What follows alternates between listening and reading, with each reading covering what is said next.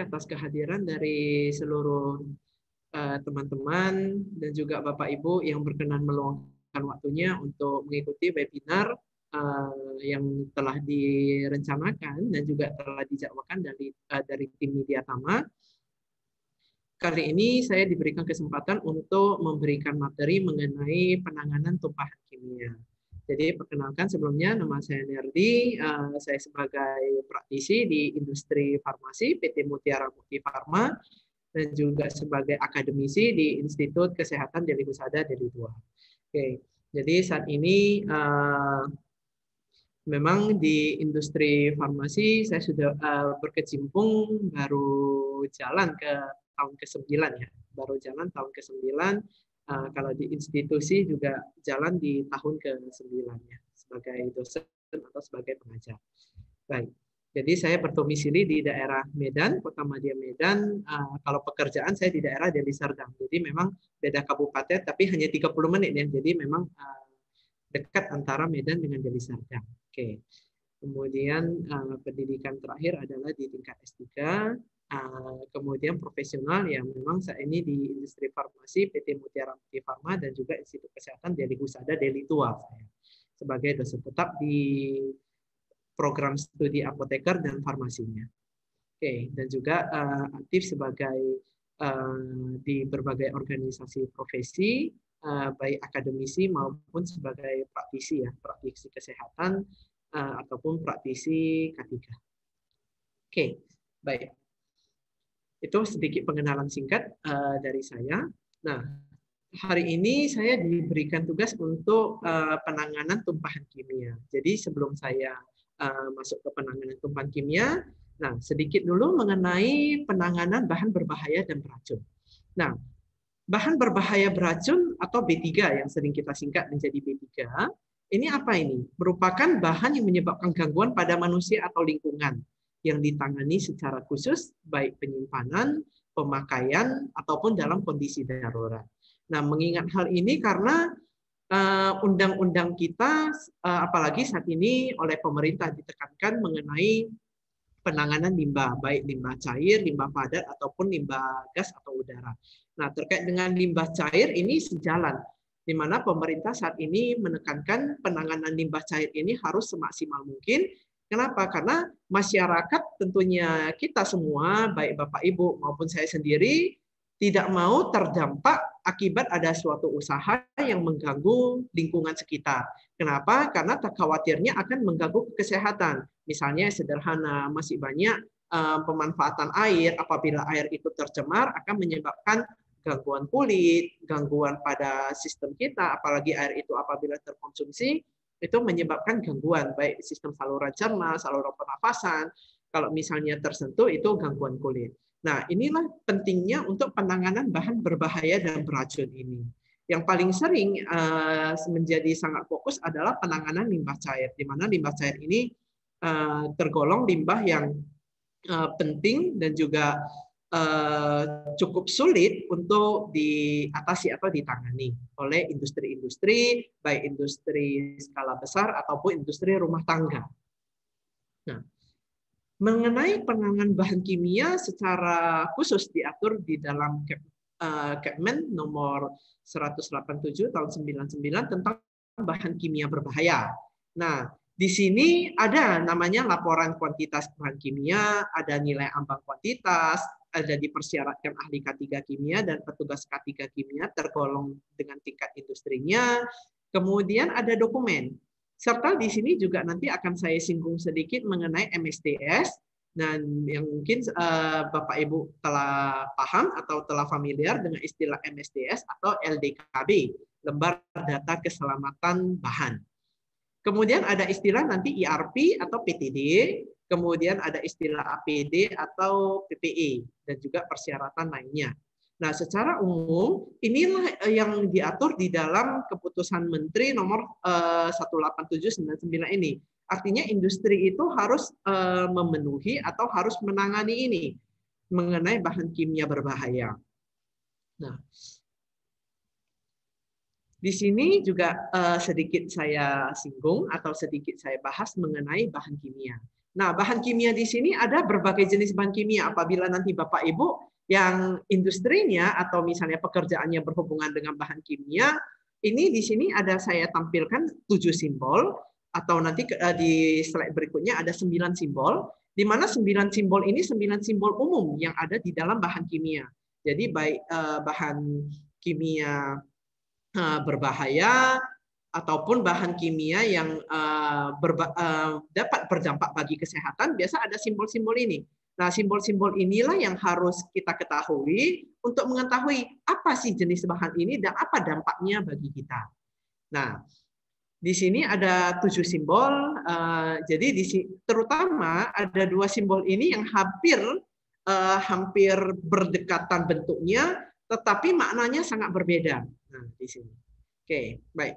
Nah, di sini yang simbol yang pertama adalah di sini ada gambar pohon yang kering, kemudian ada ikan mati, artinya environmental hazard, ya, artinya berbahaya bagi lingkungan. Kemudian ada tengkorak, ada tulang di bentuk X di sini. Ini artinya toksik secara akut. Kemudian di sini ada bentuk pipa, ini artinya gas under pressure, artinya ada gas bertekanan di dalam bahan tersebut. Nah, di sini ada seperti tuangan kimia. Apabila mengenai bahan akan menyebabkan berlubang, ya, akan menyebabkan berlubang. Apabila mengenai tangan juga dapat menyebabkan luka. Ini artinya korosif. Selanjutnya ada yang seperti bahan ledakan, ini sudah jelas, ini artinya eksplosif. Nah, apabila yang di sini ada bentuk api, di sini artinya flammable. Nah, selanjutnya ada tanda seru, ini artinya hazard, moderate hazard, artinya berbahaya, berbahaya tingkatnya ini moderate. Nah, tingkat kemudian di sini apabila ada manusia, kemudian ada seperti bintang, ini artinya health hazard, ya, berbahaya bagi tubuh. Nah, ini tadi seperti bola yang ada apinya di atas, ini artinya oxidizing. Berbeda dengan ini yang hanya api, ini artinya flammable. Nah, sehingga di sini ada berbeda. Di sini artinya mudah terbakar, flammable. Di sini artinya bahan yang bersifat oksidator, ya, mengoksidasi. Nah, jadi bahan-bahan kimia ini apabila nanti Bapak Ibu melihatnya ini yang ada di kemasan, ini Bapak Ibu akan mengetahui, oh ternyata bahan kimia ini bersifat seperti ini, gitu. Nah, ini akan membantu Bapak Ibu ketika hendak menangani bahan kimia tersebut, apabila tumpah, menetes, ataupun kecipratan, itu akan membantu Bapak Ibu untuk mengetahui keamanan bahan tersebut. Nah, penanganan bahan yang mudah terbakar. Jadi terkait dengan cairan di sini ada yang mudah terbakar. Ini dapat berupa cairan, padat ataupun gas. Jadi ternyata ada juga padatan yang mudah terbakar, ya. Tempat kerja harus dengan ventilasi yang baik untuk bahan yang mudah terbakar. Kemudian apa yang kita perhatikan? Hindari bekerja dengan sumber api. Nah, untuk misalnya seperti alkohol, kita ada menangani alkohol ataupun bahan-bahan lain yang mudah terbakar, hendaknya jauh dari sumber api. Kemudian hindari kebocoran gas untuk bahan yang mudah terbakar. Perhatikan titik nyalanya. Nah, ini paling penting, Bapak dan Ibu. Titik nyala dari bahan kimia yang sedang kita tangani. Karena ada bahan kimia yang sangat mudah terbakar. Kemudian jangan buang pelarut ke saluran bak pencuci. Nah, kenapa? Ini paling sering. Misalnya contoh Bapak dan Ibu misalnya menggunakan alkohol, berkaitan dengan alkohol, apabila langsung dibuang dalam konsentrasi yang tinggi, walaupun dia sudah bergabung dengan air, nah itu sangat memungkinkan masih untuk dapat menyala atau dapat terbakar. Kemudian bahan berikutnya ini oxidizing, tadi oksidator ya Bapak Ibu. Di sini hindari campuran dengan bahan kimia yang mudah terbakar. Kenapa? Karena bahan oksidator ini cenderung biasanya panas, sehingga cukup mudah terbakar. Nah, kemudian dapat memperbesar intensitas api. Jadi kalau ada api kecil dengan ada oksidator ini, apinya akan semakin besar. Kemudian sama, hindari dengan sumber api dan tutup botol atau tutup kemasannya itu dengan rapat. untuk bahan pengoksidasi karena biasanya berasap untuk bahan yang beroksidasi. Selanjutnya ini di sini ada health hazard, artinya yang acutely toxic, artinya bahan yang toksik secara akut terhadap keselamatan diri. Nah, apabila menangani bahan-bahan ini yang tertumpah, Bapak dan Ibu ingat harus menggunakan pelindung diri yang sesuai. Kemudian harus bekerja dengan ventilasi yang baik karena bahan ini cenderung bahan yang berbahaya. Misalnya ada bahan-bahan cairan lain seperti kloroform, kemudian seperti heksana. Ini merupakan bahan-bahan kimia, gas-gas yang berbahaya. Walaupun dia cair, mudah menguap, uapnya itu apabila terhirup sangat berbahaya. Jadi harus usahakan berventilasi yang baik. Biasanya ada penanganan ruang khusus untuk exhaust-nya, untuk menyedot gas yang menguap itu supaya dibuang ke luar ya. Tapi ingat kalau misalnya dibuang keluar bahan-bahan beracun itu jangan langsung dibuang. Alangkah baiknya itu ada diberikan treatment sebelum dibuang. Nah, Bapak dan Ibu juga penting untuk mengetahui bahan itu. Nah, untuk mengetahui jenis bahan ini biasanya tertuang di mana? Itu nanti akan saya sampaikan di slide berikutnya adalah dapat kita lihat di MSDS atau Material Safety Data Sheet. Kalau di bahasa Indonesianya adalah LDKB, Lembar Data Keselamatan Bahan. Nah, di sana ada tertera apakah bahan ini bersifat karsinogeni atau tidak. Karsinogeni ini artinya bahan yang dapat menyebabkan kanker terhadap apabila terpapar ya.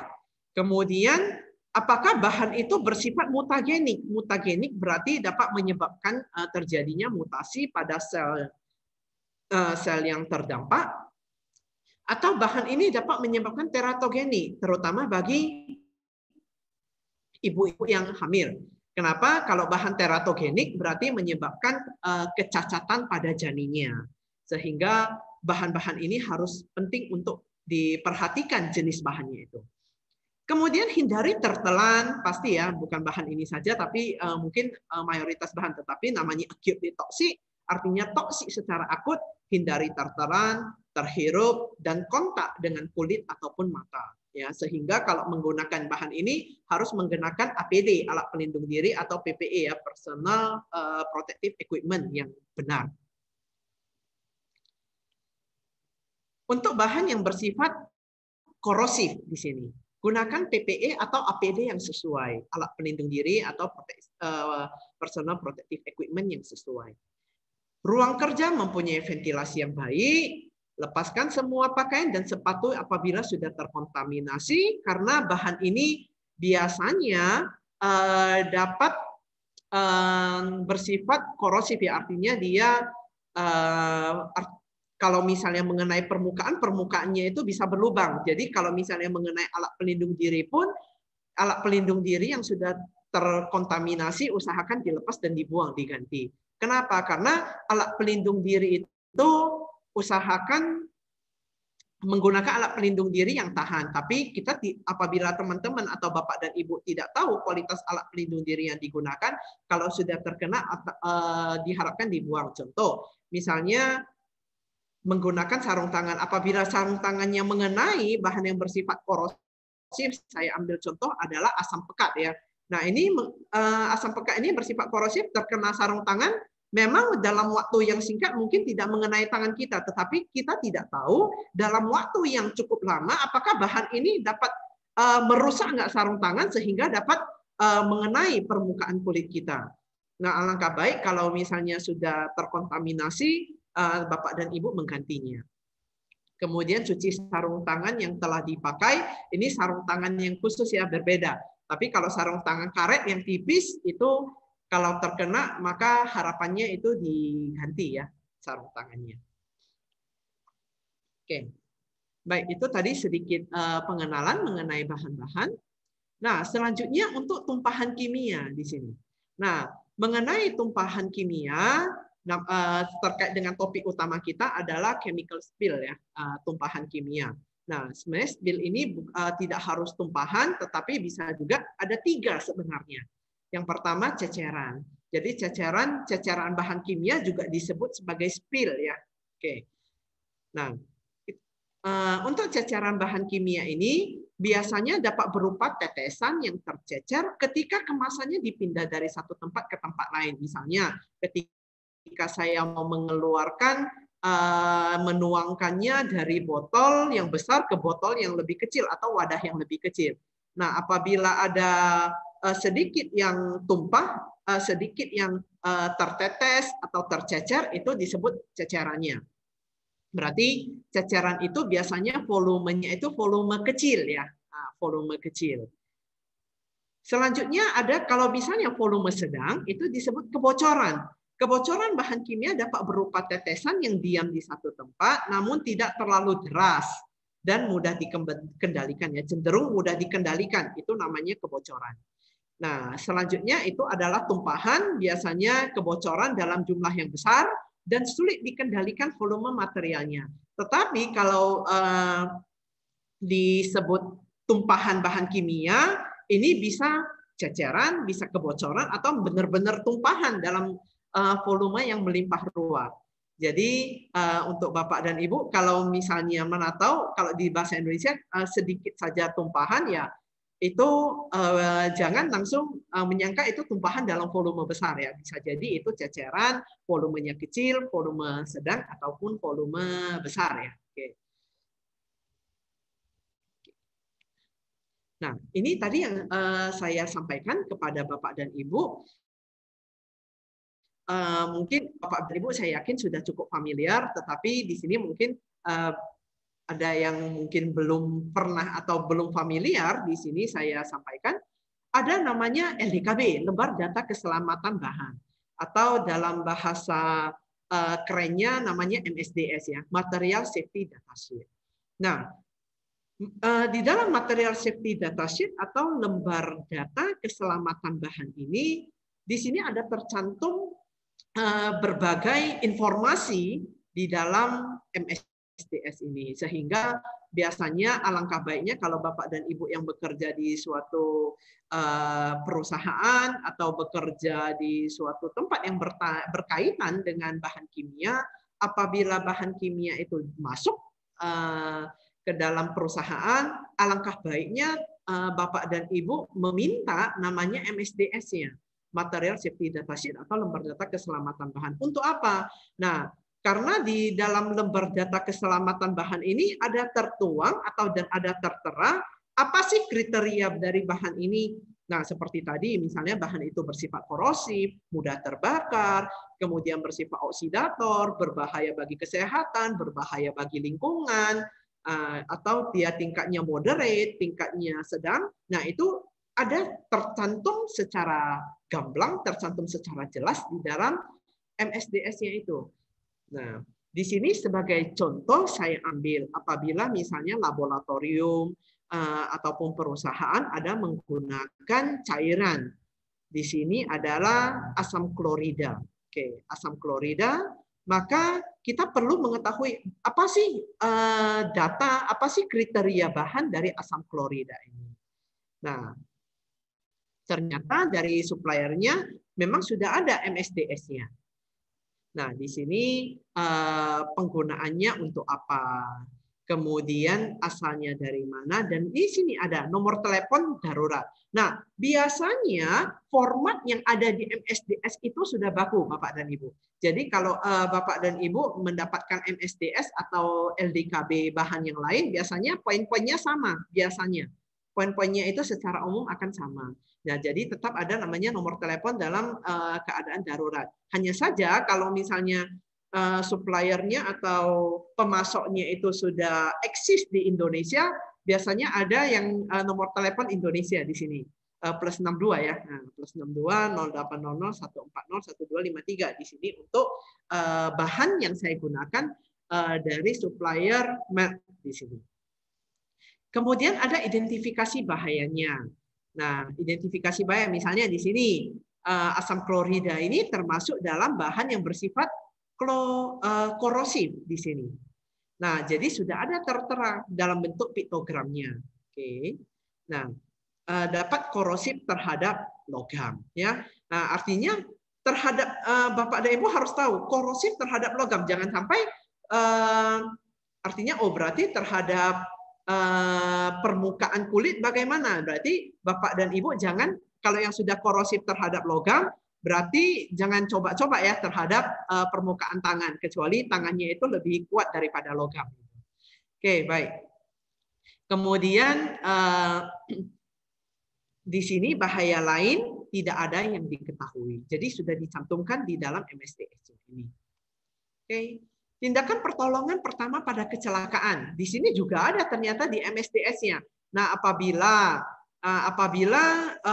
terhirup, setelah menghirupnya ini, misalnya kita terhirup asam klorida ini, maka kita harus dianjurkan hirup udara segar. Nah, apabila kontak dengan kulit bagaimana? Tanggalkan segera semua pakaian yang terkontaminasi, bilaslah kulit dengan air atau pancuran air. Oke. Nah, apabila kontak dengan mata, bilaslah dengan air yang banyak, hubungi dokter mata, lepaskan lensa kontak kalau yang memakai kontak lens. Kemudian, apabila tertelan, beli air minum pada korban, paling banyak 2 gelas, setelah segera konsultasikan kepada dokter jika merasa tidak sehat. Nah, jadi di sini sudah ada disampaikan apa penanganan yang harus Bapak dan Ibu berikan apabila dalam kondisi yang darurat. Kemudian kumpulan gejala efek terpenting baik akut maupun tertunda adalah efek iritan atau iritasi. Nah,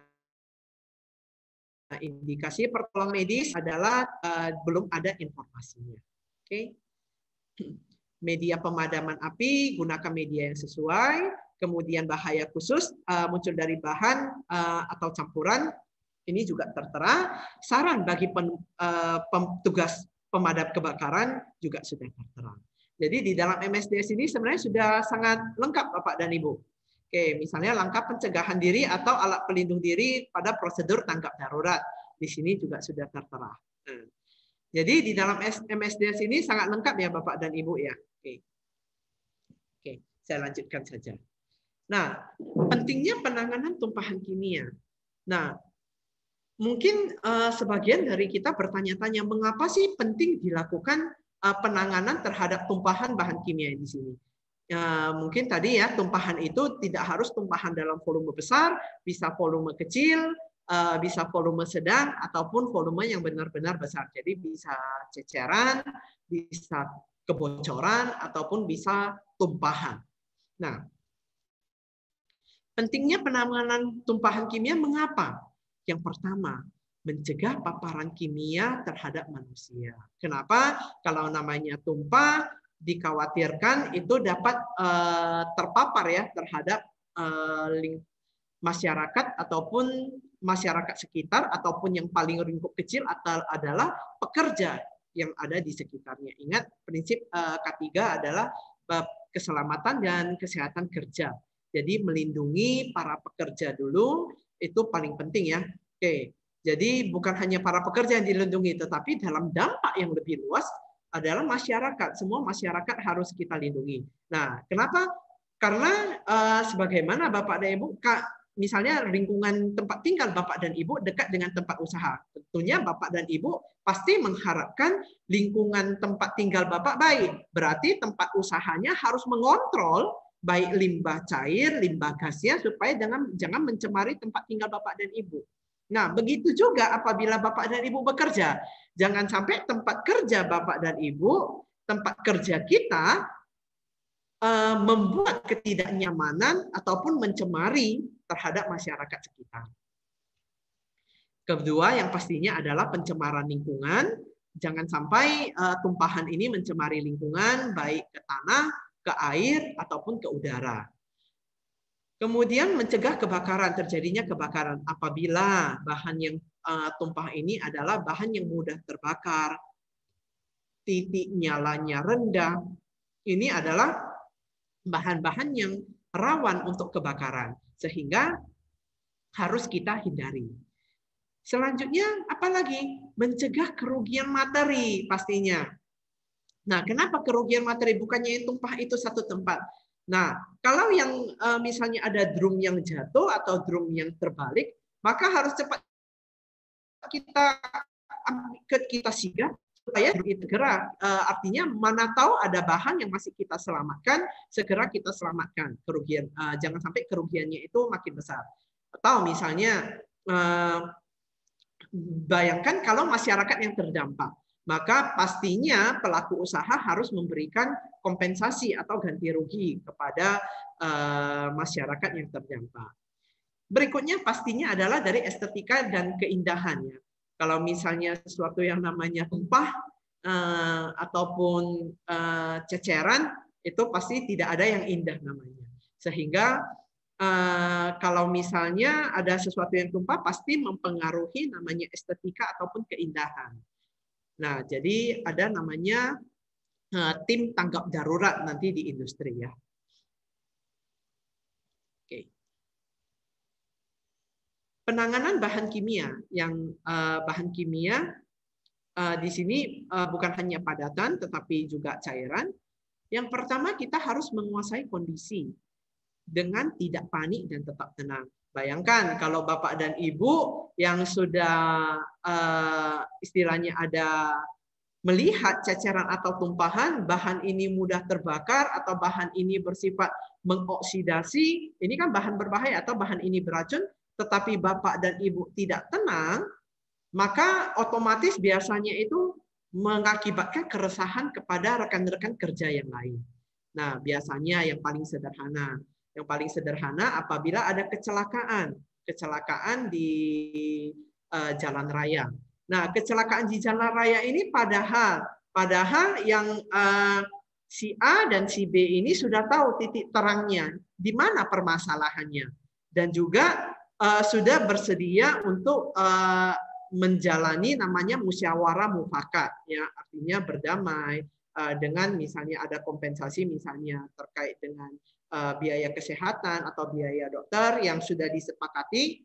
Tetapi bayangkan masyarakat yang mengerumuninya ini banyak. Nah inilah dia. Jadi yang mengerumuni ini lebih banyak, jauh ya berlipat-lipat lebih banyak daripada yang mengalami kecelakaan. Jadi ketika ada tumpahan kimia kita tidak tenang atau kita merasa panik, itu akan menyebar itu. Bahkan satu perusahaan itu bisa jadi panik biasanya. Nah, jadi Bapak dan Ibu harus tetap tenang dan tidak panik ketika melihat adanya ceceran tumpahan kimia ini. Yang kedua, menggunakan alat pelindung diri saat penanganan. Jadi kalau menangani, kita menggunakan alat pelindung diri yang sesuai. Nah, ingat pelindung diri yang sesuai. Jangan terlalu berlebihan juga, ya. Oke. Karena kenapa itu menjadi cost juga ya. Oke. Tetapi pelindung diri itu harus sesuai yang memang dapat melindungi diri kita. Selanjutnya mengisolasi daerah tumpahan ya, mengisolasi daerah tumpahan bisa diberikan tali pembatas ya. Oke, di sini ada di poin nomor 5 memberikan tali pembatas agar tidak ada yang melintas. Memberikan peringatan awas ada tumpahan bahan kimia. Menutup tumpahan dengan penjerap yang sesuai. Jika perlu dilakukan penetralan. Nah, apabila bahan yang tumpah ini misalnya soda api ataupun misal soda api bersifat basa kuat, maka alangkah baik kita lakukan penetralan dulu dengan menggunakan bahan-bahan yang tepat. Nanti di belakang ada yang saya sampaikan bahan yang yang umum untuk dilakukan proses netralisasi. Kalau asam kita netralkan dengan basa, kalau basa kita netralkan dengan asam. Selanjutnya memperlakukan buangan tumpahan seperti tumpahan bahan berbahaya dan beracun. Jangan dibuang langsung ke lingkungan. Nah, misalnya kita udah serap dia menggunakan bahan penyerap yang sesuai, jangan kita perlakukan itu seperti kita mengelap air dengan tisu, kita buang langsung ke limbah biasa. Nah, kita harus perlakukan dia sebagai limbah B3 ya. Kalau namanya tumpahan bahan kimia. Oke. Baik. Nah, apa sih prinsip untuk penanganan tumpahannya di sini? Nah, ternyata ada prinsip dasar untuk penanganan tumpahan. ada disingkat menjadi ABSB. Yang A ini artinya kita amankan, B ini kita bendung, S ini kita serap, B bersihkan. Jadi ABSB, amankan, bendung, serap, dan bersihkan. Yang pertama kita amankan dulu, kemudian kita bendung, kita serap, dan kita bersihkan. Nah, apa sih teknik-tekniknya? Apa sih yang penjabaran dari ABSB di sini? Nah, A di sini. A ini adalah mengamankan. Maaf ya, oke. Nah, jadi kalau ada tumpahan kimia, kita pertama menilai risikonya. Selanjutnya, kita mengidentifikasi jenis dan sumber tumpahan. Risiko ini kita menilai risikonya ini apa sih risikonya? Nah, kita taunya dari mana? Nah, kita taunya dari MSDS atau LDKB yang ada di sini. Nah, kemudian identifikasi jenis dan sumber tahannya di mana. Ingat, kalau tumpahannya dari tong yang terjatuh, berarti kita udah tahu sumbernya. Segeralah dilakukan tindakan. Jangan sampai kerugian yang lebih besar. Kemudian mengosongkan daerah tumpahan. Nah, tadi kita beri barikat atau kita beri sekat ataupun kita beri tali pembatas. Serta beri peringatan, awas ada tumpahan kimia. Menghubungi departemen yang berwenang. Nah, di perusahaan itu biasanya ada departemen yang sebagai tim tanggap daruratnya. Jadi ada namanya ERP tadi yang saya sampaikan di awal, ada ERP atau Emergency Response Plan.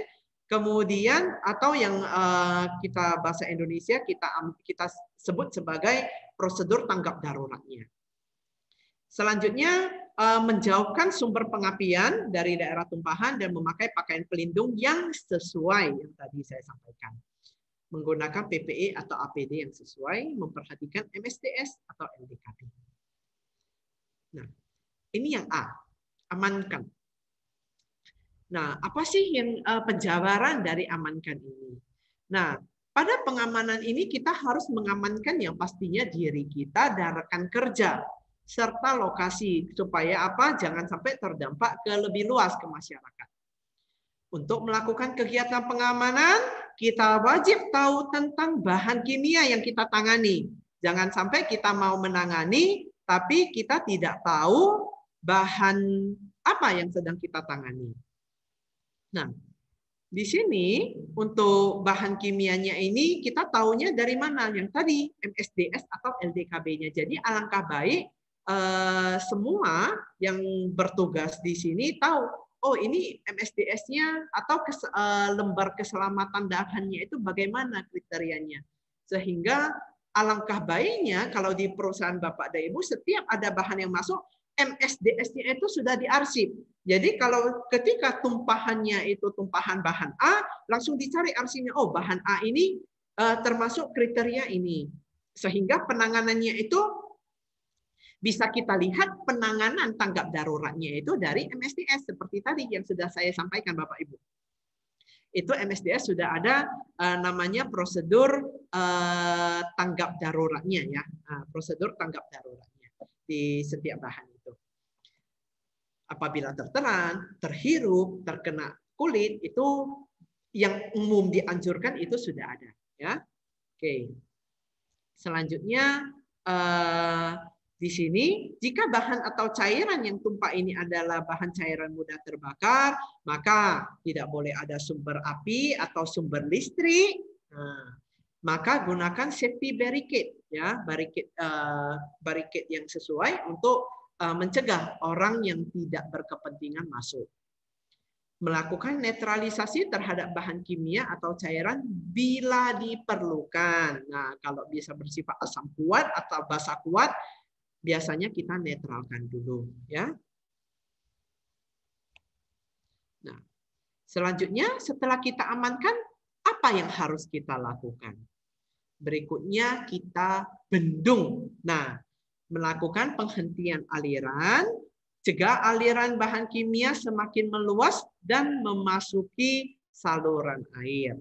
Nah, jadi jangan sampai kita bendung ya, kita bendung jangan sampai ini bahan yang kimia yang tumpah ini masuk ke saluran air. Kenapa? Tadi berdampak pada lingkungan. Nah, kita tidak mau supaya yang tumpahan ini makin meluas, sehingga kita cegah, kita bendung, jangan sampai mengkontaminasi atau mencemari daerah sekitar. Apabila kebocoran pada pipa, kita tutup valve-nya, kita tutup kerannya, kita tutup katupnya, supaya tidak ada bahan kimia yang terus ngalir. Jadi di hulunya kita tutup dulu. Jangan sampai kita cegah di ujung terus, kita buat bendungan terus, tapi kita tidak tahu asalnya dari mana. Seperti tadi, kalau ada drum yang jatuh, nah teman-teman lihat dulu, kalau misalnya ada bocoran ya langsung diantisipasi. Misalnya drumnya diberdirikan kembali dengan menggunakan APD yang sesuai, ya, alat pelindung diri yang sesuai. Atau misalnya kalau drumnya itu bertingkat, jatuhnya di atas, kita ya terpaksa harus kita robohkan, ya. Nah, kita robohkan drumnya itu yang atas itu supaya jangan sampai susah untuk sulit ditangani, ya. Oke. Siap. Nah, setelah kita amankan tadi, amankan diri, amankan rekan kerja, amankan lingkungan, kita bendung tadi. Nah, bendung supaya jangan meluas. Setelah kita bendung, apa yang kita lakukan? Nah, kita lakukan penyerapan. Nah, penyerapan di sini adalah meletakkan absorben di tengah-tengah genangan. Tanpa melakukan pembendungan, maka genangan ini makin melebar. Jadi jangan seperti kita serap-serap saja. Nah, tapi kita harus bendung dulu, memang dia agak meluas lagi, baru kita serap. Ya. Maka bendunglah terlebih dahulu sisi luar genangan sebelum dilakukan penyerapan. Nanti mungkin di slide berikutnya saya ada tampilkan videonya kepada Bapak dan Ibu. Selanjutnya yang terakhir B, bersihkan, adalah membersihkan absorben. Tadi kan kita sudah serap dengan bahan yang sesuai. Nah, berarti bahan itu sudah terkontaminasi dengan bahan kimia lain. Nah, itu harus kita bersihkan atau kita buang absorbennya itu sebagai limbah B3. Jadi, membersihkan absorben yang terkontaminasi bahan kimia wajib dilakukan. Jadi, buang limbah ke tempat penampungan limbah B3. Ingat, Bapak dan Ibu dan teman-teman semua, perlakukan tumpahan ini sebagai limbah B3. Untuk mencegah bahan kimia tersebar kemana-mana, segera lakukan proses pembersihan atau dekontaminasi terhadap seluruh peralatan yang terlibat. Dan contohnya adalah alat pelindung diri, sapu, dan bahan forklift. Contoh misalnya forklift kita gunakan untuk pada saat proses pembersihan, pastikan forklift itu memang bersih dari bahan kimia.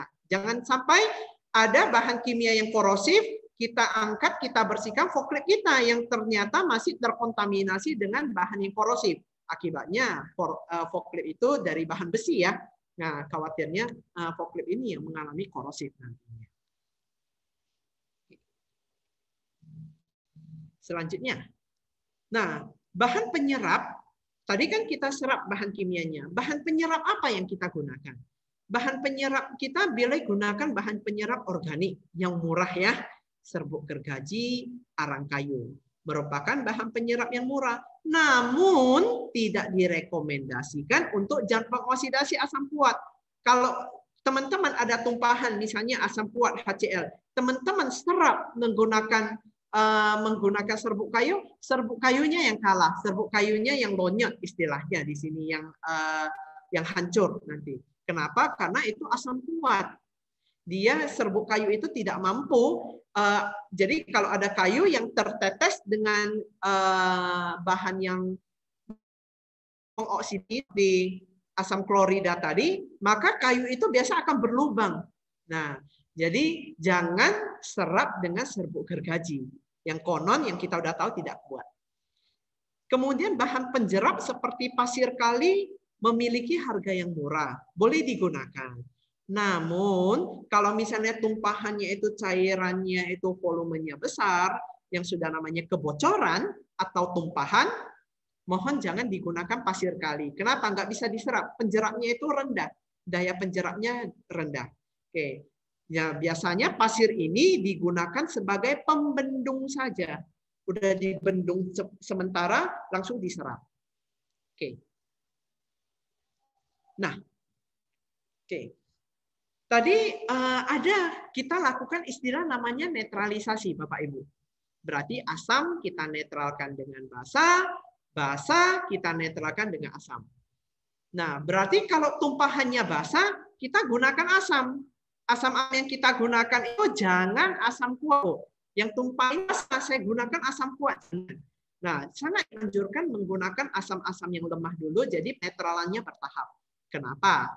Karena kalau reaksi asam dan basa, asam kuat ketemu dengan basa kuat langsung, biasanya reaksinya itu adalah eksoterm, sangat panas, sehingga menghasilkan asap yang mengepul. Jadi tidak dianjurkan menggunakan asam yang kuat ya. Jadi dianjurkan menggunakan asam yang lemah sehingga penetralannya itu sedikit demi sedikit, lebih soft dia tahap penetralannya. Jadi asam kalau yang tumpah basah kita gunakan asam lemah. Contoh misalnya asam sitrat, asam borat ataupun asam benzoat. Nah, sebaliknya, kalau yang tumpah itu asam kuat, jangan langsung gunakan soda api langsung, jeblok banyak gitu. Kenapa? Karena itu nanti reaksinya panas, sehingga muncul uap atau kabut yang sangat besar itu ya, seperti asap yang sangat besar, asap yang tebal.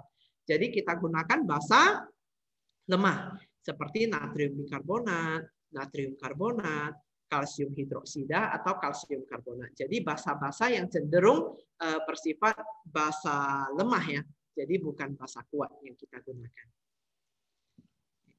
Nah, ini yang sederhana tadi Bapak Ibu.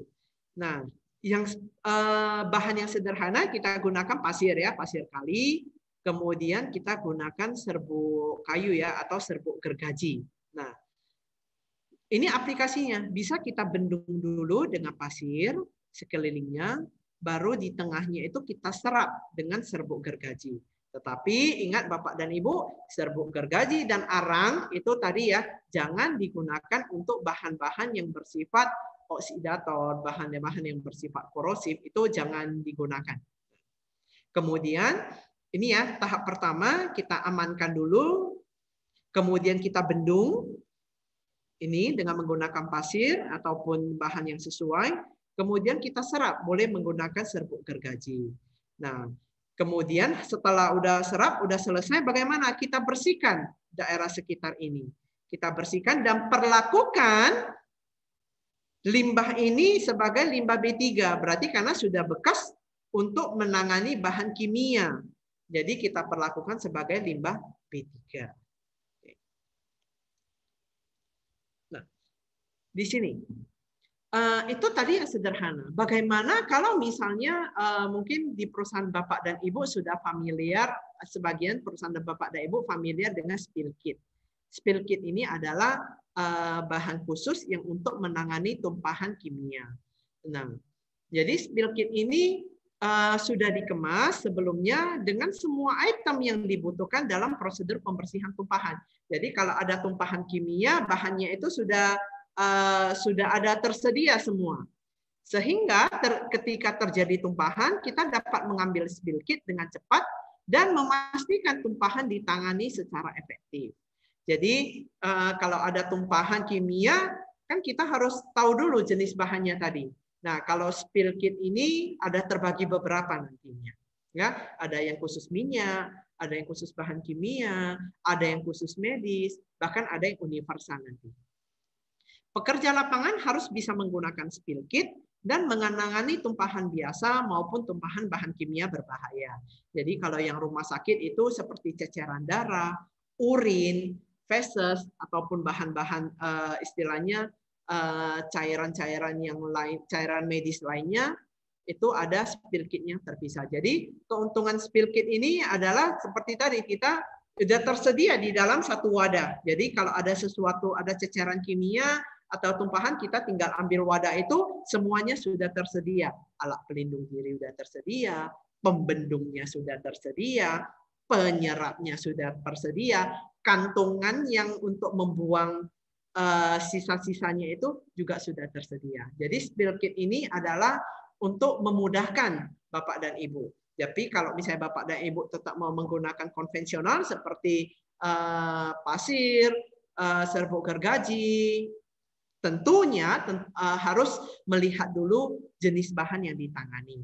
Nah, kalau Bapak dan Ibu mau menggunakan yang konvensional ya boleh, tetapi ingat pastikan Bapak dan Ibu tetap aman ya, sesuaikan dengan alat pelindung dirinya. Cuman kalau spill kit ya sangat sederhana, simpel dan praktis ya. Nah, di sini ada video mungkin yang akan saya putarkan terkait dengan penggunaan spill kit ya. Oke, saya ambil dari YouTube, salah satu saya ambil dari channel YouTube. Di sini saya tampilkan untuk Bapak dan Ibu. Oke, silakan. Hi, my name is Caitlin, and I'm one of the environmental engineers on the M2PP project. There are many ways we prevent spills on this project. For example, funding storage facilities and labeling containers.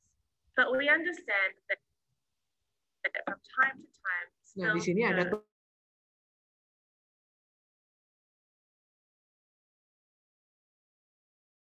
kebocoran saja ya, bukan tumpahan. Stop the source of the spill. For example, rotate a puncture container and plug any leaks. Then use one of the spill kits available on site to clean up the spill. Nah, kalau ada spill kit, ambil. Nah, ini pembendungnya Bapak dan Ibu. Clean up the spill. Nah, jadi di sini kalau spill kit ini keuntungannya di sini sudah ada pembendungnya. Jadi seperti ada yang menyebutnya guling, ada yang menyebutnya bantalan. Nah, ini dia. Jadi sudah ada pembendungnya ini. Kenapa? Pembendungnya ini juga bisa menyerap bahan itu supaya jangan sampai meluas, makin meluas dan makin melebar. Kemudian di spill kit itu sudah ada tersedia absorbennya untuk penyerapnya. Sehingga ketika sudah tadi ya, kan ada amankan, kita sudah amankan bahan diri kita dan juga kita mengembalikan wadah ke posisi semula. Kita bendung daerah tumpahan ini atau daerah ceceran ini, daerah kebocoran ini supaya jangan meluas. Setelah itu kita serap, amankan, bendung dan serap. Kita serap dengan absorben yang sesuai.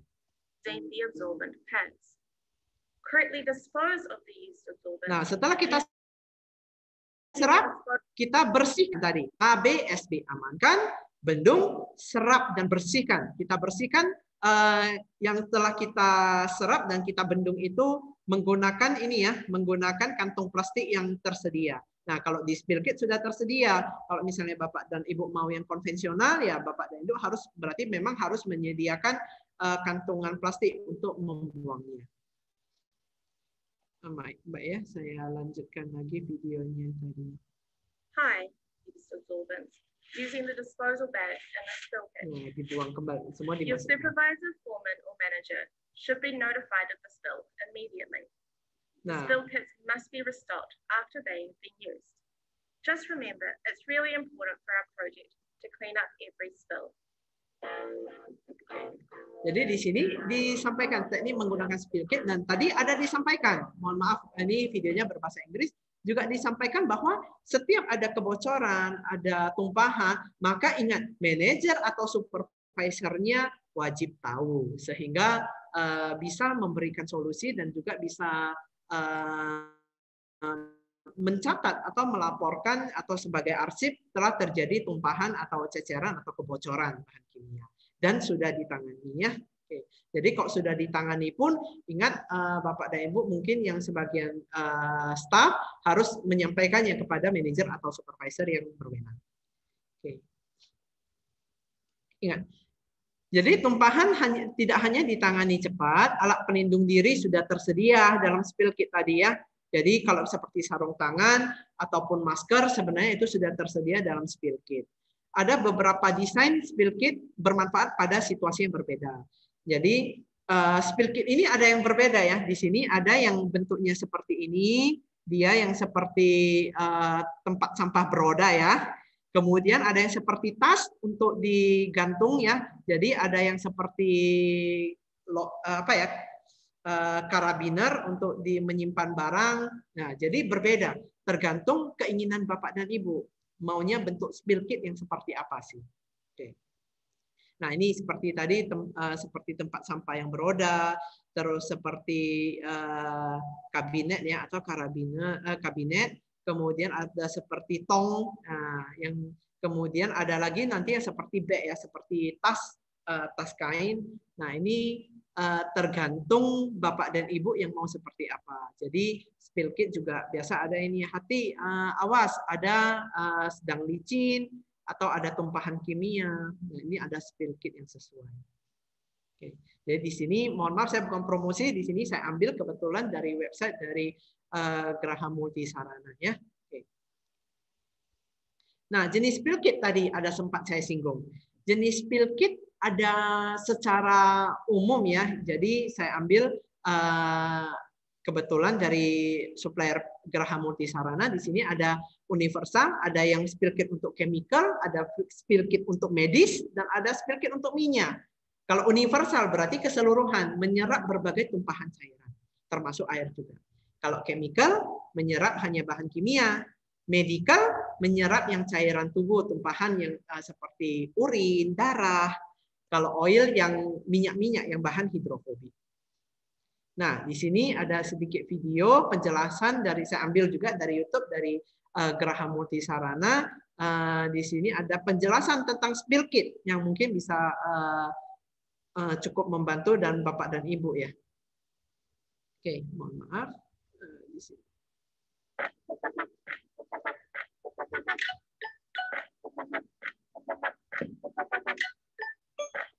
Halo, selamat datang di channel Geraha Multisarana. Kali ini saya akan membahas mengenai spill kit.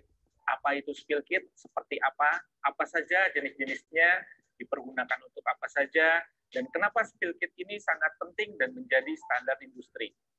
Sebelum saya lanjutkan, jangan lupa untuk subscribe channel Geraha Multisarana dengan klik tombol subscribe dan klik icon lonceng untuk mengikuti video-video terbaru dari channel Geraha Multisarana.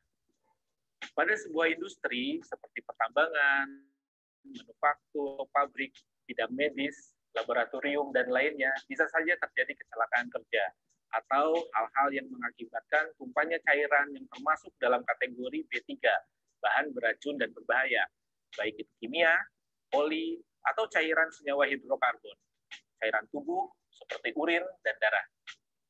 Spill kit ini biasanya berisi alat pelindung diri atau APD. Jadi ada APD di dalam spill kit.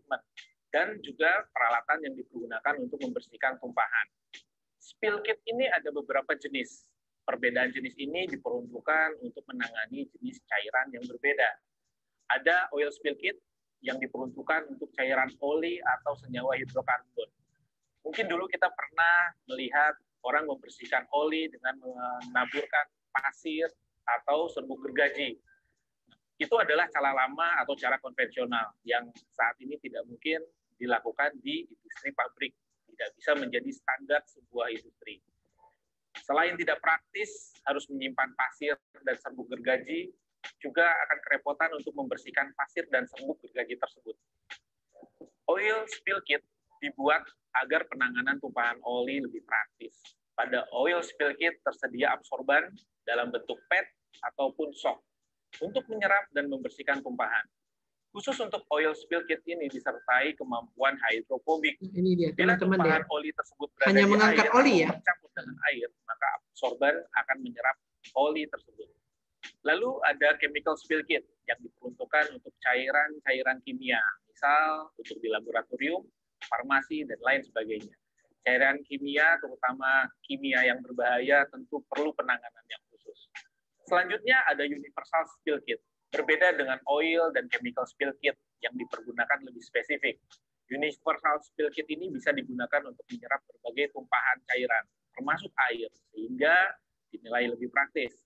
Namun kekurangannya, karena universal spill kit ini mampu menyerap berbagai tumpahan termasuk air, maka spill kit jenis ini tidak bisa digunakan untuk menyerap khusus untuk cairan hidrokarbon, apabila cairan hidrokarbon tersebut tercampur dengan air. Yang terakhir adalah medical spill kit. Sesuai dengan namanya, medical spill kit ini dibuat khusus digunakan di area rumah sakit dan klinik kesehatan. Spill kit jenis ini digunakan untuk menyerap tumpahan cairan tubuh atau body fluid seperti darah, urin, air ketuban, dan juga cairan obat maupun limbah cairan infeksius. Penggunaan spill kit di rumah sakit ini sangat penting demi menjaga agar lingkungan tetap steril, meminimalisir terjadinya kontaminasi penyakit atau bakteri yang bisa membahayakan bagi perawat, dokter, pasien, atau siapapun yang ada di sana. Regulasi internasional, juga regulasi nasional seperti peraturan Kementerian Kesehatan sudah mengatur untuk penggunaan spill kit ini. Oke, demikian penjelasan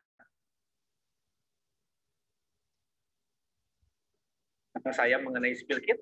Bila di tempat kerja Anda berpotensi terjadi hal-hal tertumpahnya cairan berbahaya ini, alangkah baiknya bila Anda siap sedia spill kit. Semoga informasi ini bermanfaat. Sampai bertemu di video berikutnya. Keep clean and safety. Salam. Oke.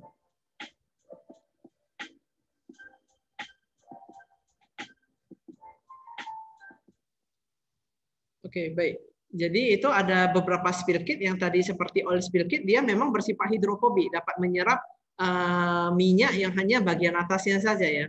Kemudian kalau misalnya ada chemical untuk bahan kimia berbahaya atau bahan yang beracun, kalau untuk medical itu menggunakan untuk yang medis ya, urin, darah seperti air ketuban, kemudian yang universal itu secara umum ya yang tersedia. Artinya bisa menyerap berbagai jenis cairannya. Oke, baik. Mungkin itu saja yang bisa saya sampaikan. Semoga bermanfaat untuk Bapak dan Ibu serta seluruh partisipan yang hadir pada siang hari ini. Terima kasih. Saya kembalikan mungkin kepada moderator, kepada Pak Adit. Oke, baik. Terima kasih, Pak Nirdi. Wow, sangat menarik sekali ya topiknya untuk siang hari ini. Terima kasih Pak Nerdi untuk topiknya sangat menarik. Oke, berikutnya kita akan masuk ke session kedua. Untuk Pak Nerdi, mohon izin untuk bisa di stop share screen-nya. Oke, baik untuk teman-teman semua, kita sudah masuk ke season kedua. Season kedua itu yaitu sesi tanya jawab yang sudah masuk pertanyaan di Q&A. Tapi sebelum itu ada beberapa informasi yang ingin saya sampaikan. Izin share screen. Oke, baik. Ya. Gimana Pak? Agak ngebut aja ya. Oke, baik. Siap Pak. Oke, di sini saya ingin informasikan terkait pelatihan yang ada di Media Tama. Yang pertama yaitu ada ahli K3 umum, sertifikasi Kementerian RI. Ini ahli K3 umum ini full online selama 13 hari. Untuk tanggalnya kita ada di bulan Mei, untuk di bulan April kita sudah sold out, dan di bulan Mei dan juga bulan Juni. Untuk di tanggalnya kita di tanggal 22 Mei sampai dengan 8 Juni. Untuk di bulan Juni kita ada di tanggal 16 sampai 30 Juni. Untuk harganya kita untuk perusahaan atau umum itu di harga 6 juta, lalu untuk fresh graduate itu di 5 juta. Untuk Bapak Ibu semua kita ada diskon khusus, yaitu diskon 500.000 jika H-10 lunas, yaitu diskon harga early bird ya. Jadi silakan dicatat untuk tanggalnya. Oke, selanjutnya yaitu auditor SMK3. Auditor SMK3 ini kita juga full online selama 5 hari. Kita ada di bulan Mei dan juga bulan Juni. Untuk bulan April kita sudah sold out. Untuk tanggalnya kita ada di tanggal 24 sampai 31 Mei. Untuk di bulan Juni ada di tanggal 10 sampai 16 Juni. Lalu untuk harganya, harga normal itu 6 juta. Kita ada harga promo juga. Untuk harga promonya itu 4.500.000. Lalu dan juga yang sangat bagus ini ada harga early bird, yaitu harga early bird itu 2.500.000. Untuk selisihnya jauh sekali, hingga 2 juta ya. Harga ribet itu H-10 ya, H-10 wajib lunas. Jadi oke, untuk Bapak Ibu semua silakan dicatat baik-baik untuk tanggalnya, nanti bisa konsultasi ke saya. Oke, untuk selanjutnya ada ahli K3 listrik. Ahli K3 listrik ini kita full tatap muka dan hanya 1 hari saja untuk online-nya, untuk ujian. Untuk tanggalnya kita ada di bulan Mei dan juga bulan Juni. Untuk bulan April kita sudah berjalan, sudah sold out. Lalu ada di bulan Mei itu di tanggal 27 sampai 15 Juni. Untuk di bulan Juni ada di tanggal 17 sampai 7 Juli. Lalu untuk harganya kita di harga promo itu 17.950, dan untuk early bird-nya itu di 13.950. Selisihnya sangat jauh sekali, sampai 4 juta. Wow, jauh sekali selisihnya. Jadi silakan dicatat baik-baik untuk tanggalnya. Lalu ada juga teknisi K3 listrik. kita di bulan Mei dan bulan Juni. Untuk bulan April sudah sold out. Di bulan Mei ada di tanggal 28 sampai 5 Juni. Di bulan Juni di tanggal 19 sampai 26 Juni. Untuk harganya di harga 6.500.000 yaitu harga promo, dan harga early bird-nya itu di harga 4.500.000, selisih 2 juta. Wow, lumayan sekali ya. Sangat efisiensi. Jadi silakan dicatat baik-baik untuk tanggalnya, setiap pelatihan di Mediatama. Lalu ada lagi ahli muda ketiga konstruksi. Untuk ahli muda ketiga konstruksi kita sistemnya blended training, yaitu ada online dan juga offline. Offline itu kita praktek atau observasi. Lalu di bulan Mei kita ada di tanggal 28 Mei sampai 5 Juni. Lalu di bulan Juni ada di tanggal 23 sampai 30 Juni. Di bulan April kita sudah sold out. Oke, untuk harganya kita ada di harga promo yaitu 4.950.000. Lalu di harga early bird-nya di 4.250.000. Lumayan ya, hampir 1 jutaan selisihnya. Jadi silakan catat baik-baik untuk tanggalnya. Lalu ada lagi supervisor peranca, yaitu kita ada di bulan Mei. Dan juga bulan Juni. Untuk bulan April kita juga sudah selesai, sudah berjalan. Kita ada di tanggal 29 Mei hingga 5 Juni. Di bulan Juni yaitu ada di tanggal 24 sampai 30 Juni. Untuk harganya kita di harga promo itu di 4.750.000. Dan untuk harga early bird-nya di harga 3.750.000. Selisih 1 juta. Wow, sangat efisiensi sekali. Oke, baik. Silakan dicatat baik-baik untuk tanggalnya. Lalu ada juga petugas P3K. Petugas P3K sistemnya blended training. Dia 2 hari online dan 2 hari praktek. Yaitu tatap muka. Jadi silakan tanya-tanya dulu untuk ini. Untuk di bulan Mei kita ada untuk berjalannya di bulan Mei dan juga bulan Juni. Untuk di bulan Mei ada di tanggal 28 Mei sampai 3 Juni. Di bulan Juni ada di tanggal 12 sampai 17 Juni. Lalu untuk harga promonya di 5.500.000 dan untuk harga early bird-nya di 3.500.000. Selisih 2 juta. Lumayan ya. Lalu ada lagi petugas damkar kelas D. Ini juga blended training, dia ada online dan ada praktek. Untuk di tanggalnya kita ada di tanggal 22 sampai 27 Mei. Lalu di bulan Juni di tanggal 5 sampai 9 Juni. Untuk harganya kita di harga promo itu 5.150.000. Lalu di harga early bird itu di 3.150.000. Lumayan sekali untuk harganya ini ya. Jadi silakan dicatat baik-baik untuk tanggalnya. Oke, itulah yang pelatihan-pelatihan sertifikasi Kemenaker RI yang ada di Mediatama. Untuk Bapak Ibu semua, silakan dicatat untuk nomor saya, kontak saya. Barangkali ada yang mau konsultasi tentang pelatihan ataupun yang lainnya. Silakan, nomor saya ada di 0838 9257 8008. Lalu jangan lupa juga untuk di-follow Instagram Mediatama yaitu di @mediatama dan juga Facebooknya di Tama Mediatama Sertifikasi. Dan jangan lupa untuk di YouTube-nya ada di YouTube Kak Cideni dan banyak sekali video-video tentang webinar-webinar dan banyak lainnya. Untuk yang belum mengikuti webinar bisa melihat videonya ada di YouTube Kak Cideni. Jangan lupa juga untuk di-subscribe, di-like, dan di-share sebanyak-banyaknya. Ada juga di TikTok-nya Kak Cideni. Jadi silakan dilihat-lihat TikTok-nya Kak Cideni, tapi jangan lupa juga untuk di-follow.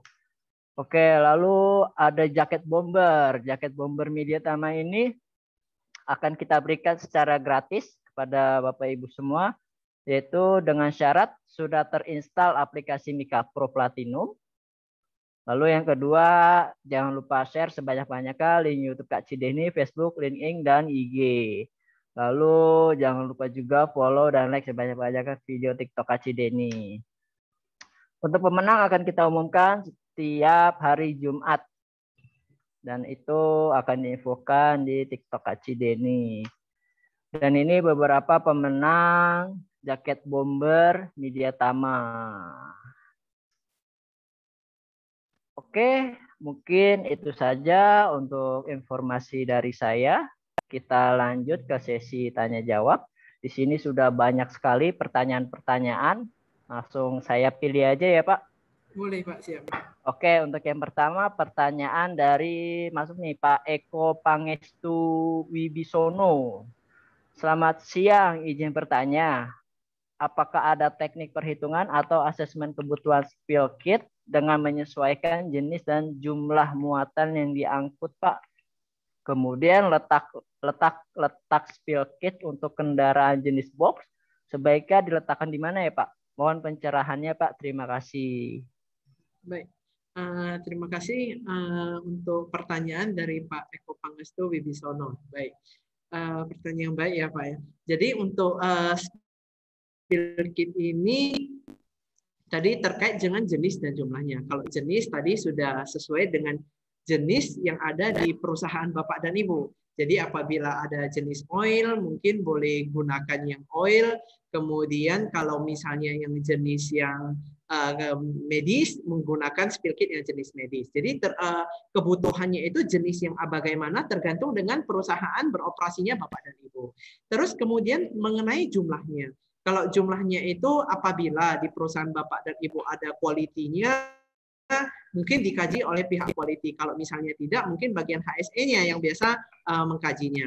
Nah, biasa spill kit ini jumlahnya itu di titik-titiknya itu diletakkan pada titik-titik yang mudah diakses dan juga titik-titik yang sering terjadinya pertukaran. Misalnya, apabila cairan ini, cairan alkohol sering dilakukan penuangan di daerah A, berarti di tempat A tersebut harus tersedia spill kit yang memadai. Jadi titik-titik yang di mana saja itu dikaji. Biasanya titik-titik yang rawan adalah yang misalnya ada perpindahan, titik-titik yang ada penyimpanannya, itu yang biasanya digunakan sebagai titik-titik kritis biasanya. Kemudian untuk kendaraan jenis box ya, nah mungkin yang jenis seperti box yang besar itu, ingat pada prinsipnya spill kit itu adalah harus mudah diakses pada prinsipnya. Sehingga mau dia kendaraan jenis box pun atau spill kit yang besar pun, idealnya diletakkan pada letak yang tidak mengganggu dan juga mudah diakses. Nah, itu prinsipnya untuk spill kit. Baik. Oke, baik. Terima kasih Pak Nerdi. Itu sudah dijawab tadi Pak Eko. Oke, ini masih ada juga pertanyaan dari Pak Eko, Pak. Jadi gini, selamat siang, izin bertanya, apakah ada saran dari Pak Nerdi terkait penanggulangan tumpahan apabila muatan tumpahan di perairan, Pak, agar tidak tumpah tersebut menyebar ke semua titik perairan tersebut? Terima kasih, Pak. Oke, baik. Terima kasih, Pak Eko. Nah, jadi kalau untuk pengalaman saya ya belum ada pengalaman untuk seperti itu. Tetapi kalau dari informasi dan sharing untuk tumpahan-tumpahan yang di daerah perairan, ini tumpahannya tergantung. Misalnya tumpahannya itu kalau tumpahannya sudah seperti minyak, itu alangkah baik ya disediakan seperti PET semaksimal mungkin untuk menyerap minyak yang ada di permukaannya. Tetapi kalau misalnya di perairan luas, itu biasanya menggunakan kapal yang ada penyedotnya. Jadi disedot semaksimal mungkin untuk tumpahan minyak di bagian atasnya. Tetapi kalau namanya daerah perairan, ya sangat sulit sih kita melakukan sekat atau barricade terhadap tumpahannya itu. Tetapi biasanya ada kapal yang bergerak untuk menyedot semaksimal mungkin dan seoptimal mungkin. Itu saja yang bisa dilakukan sih kalau tumpahan di daerah perairan. Berarti contohnya kayak minyak yang tumpah atau dari kapal itu biasanya disedot ya? Ya, disedot ataupun kalau dengan PET kan itu sangat luas sih Pak. Biasanya dengan disedot semaksimal mungkin saja, seoptimal mungkin. Oke, baik, siap. Terima kasih Bang Nerdi. Oke, kita lanjut ke pertanyaan berikutnya. Ini ada dari Pak Priando. Izin bertanya, jika MSDS yang diberikan oleh produsen bahan kimia hanya versi Inggris dan tidak ada versi Indonesia, bolehkah kita translate ke bahasa Indonesia, Pak? Terima kasih. Oke, boleh. Terima kasih pertanyaan dari Pak Pria ya. Oke, baik. Jadi kalau untuk MSDS yang tersedia, memang MSDS yang tersedia itu mayoritas itu bahasa Inggris. Kalau diterjemahkan ke dalam bahasa Indonesia, alangkah baiknya ya diterjemahkan ke dalam bahasa Indonesia. Akan tetapi alangkah baiknya ketika MSDS itu kita terjemahkan, mungkin menggunakan bahasa yang dipahami. Kalau misalnya bahasanya itu memang ilmiah, mungkin ada penyeragaman dulu terhadap atau pelatihan terhadap tim HSE atau tim yang terkaitnya. Jadi sehingga kalau misalnya ada tanggap darurat itu dapat dibaca ya atau dapat dipahami oleh seluruh anggotanya. Jadi kalau mau ditranslate ke bahasa Indonesia boleh-boleh Pak, silakan ditranslate ke bahasa Indonesia untuk diarsip sebagai dokumen perusahaan. Akan tetapi harapannya itu juga dilatihkan atau ditrain kepada tim yang tanggap darurat. Ketika ada terjadi tanggap darurat bisa dipahami bersama, bisa dimengerti secara bersama. Oke, baik, terima kasih Pak Nerdi. Itu Pak Pria sudah terjawab, jadi boleh ya Pak. Oke, selanjutnya ada lagi dari Pak Krisutrisno, masih terkait dengan MSDS. Apakah sah dan benar bila kita tak ada MSDS dari produk yang kita beli, lalu kita pakai MSDS yang kita cari melalui web atau browser, yang mana dalam MSDS tersebut ada kandungan bahan yang sama, seperti itu Pak. Oke, baik. Terima kasih Pak. Pertanyaan dari Pak Kris ya, pertanyaan yang baik juga. Pak, terkait dengan MSDS di sini, MSDS ini yang memang tidak semua supplier memberikan MSDS secara online ya. Ya, jadi seperti kami juga menggunakan, mungkin ada beberapa bahan ketika kami ada memasukkan suatu bahan, kami belum tahu nih atau dari suppliernya belum memberikan MSDS-nya. Sebagai arsip biasanya kami yang benar menggunakan MSDS dari web, dari online, dari supplier atau produsen yang lain dengan kandungan yang sama. Pada umumnya dan biasanya itu akan sama, baik isi poin-poinnya, misalnya misalnya kalau di MSDS ada data toksisitasnya, toksik atau tingkat keberacunan dari bahan itu.